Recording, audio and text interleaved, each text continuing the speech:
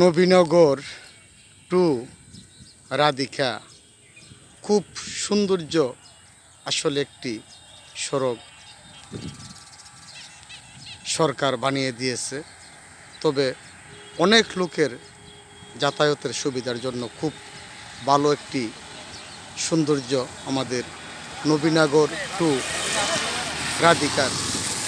তবে প্রিয় বন্ধুরা, আমাদের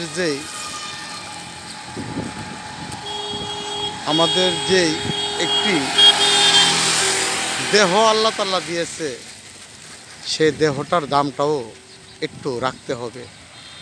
কেননা যানবাহনে আমরা চলাচল করি যাই, আমরা যদি একটু সতর্ক হয়ে গাড়ি ঘোড়া চালাই, অনেক মানুষের জীবন বেঁচে যায়। দেখেন, এই রুটটা হওয়ার পর অনেক অ্যাক্সিডেন্ট হয়েছে। বেশিরভাগই আমাদের বাইক যারা চালান তারা অ্যাক্সিডেন্টগুলো করে থাকেন। তবে বাইরে আমাদের যে দেহটার একটু মূল্যায়ন দিবেন। কেননা গাড়ি চলার জন্যই রুটের জন্যই গাড়ি।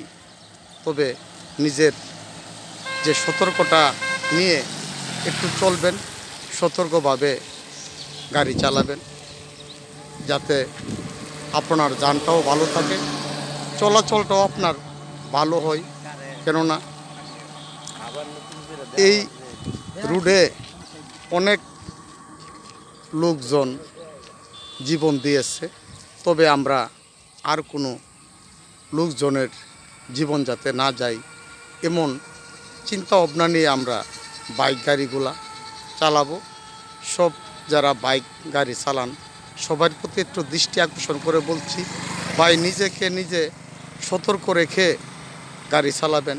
আমরা এমন আর অ্যাক্সিডেন্ট যাতে এই রোডের মাঝে দেখতে না পাই, এই কামনা করি।